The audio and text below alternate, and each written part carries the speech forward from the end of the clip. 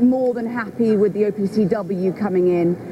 Western allies have said that's all well and good, but you know as well as we do that the OPCW is not able to ascribe blame and will only be able to talk about whether or not a chemical weapons attack happened, and if so, what substances were used. So I think this is a bit of theatrics, quite honestly, at the United Nations Security Council.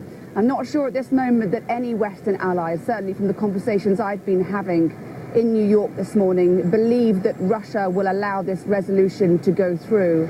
Instead, it will be yet another opportunity, probably, for Nikki Haley, America's ambassador to the UN, to say to this council, you are failing the Syrian people.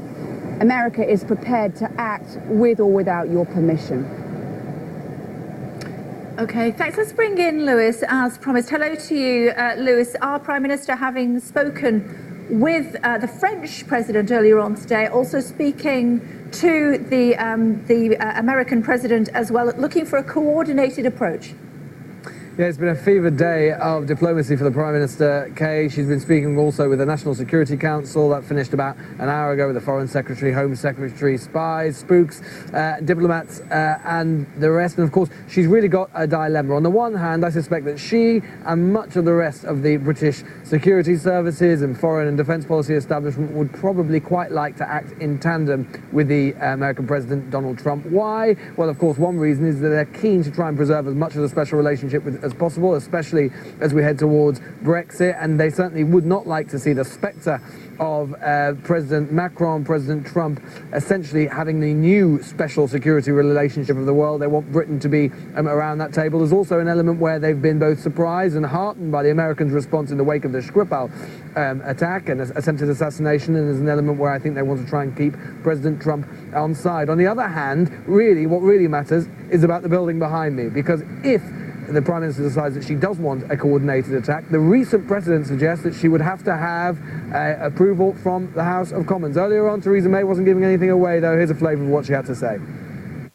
We're working with our allies and partners to assess what has happened on the ground in Syria. It is a barbaric chemical weapons attack that has taken place, of course, illegal use of chemical weapons. I've already spoken to President Macron about this. I'll be speaking to President Trump about it later today. And of course, we'll be talking about this issue and including the discussions that are taking place at the Security Council of the United Nations.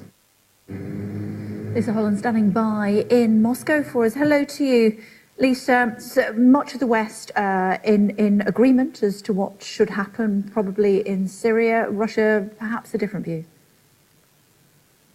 Yeah, absolutely. I mean, they're poles apart on absolutely everything you can possibly think of. Of course, they're poles apart on who's to blame for what's happened, and they're poles apart on the style of the way they deal with all of this. The Russians like to present Donald Trump as the man who is busily tweeting, shooting from the hip, that he'll go into action without having any kind of real evidence. They want to present themselves as the people who are the facilitators of the chemical watchdog going into Syria, to take a reasoned, measured, an adult view of what's gone on. Of course, the Western world would say, well, that's the pot calling the kettle black. It's simply not the way it is. And Russia simply lives in a constant world of denial and won't face up to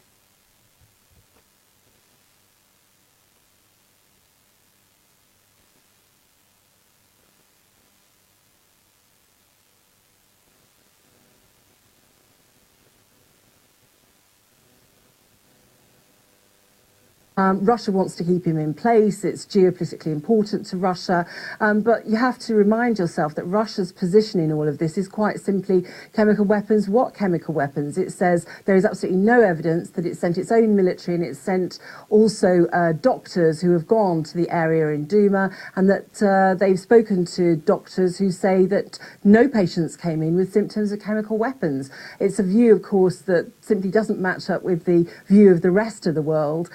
So they will go head-to-head at the United Nations. But the way things look right here, right now, I think that even the Russians are bracing for some kind of intervention by Donald Trump.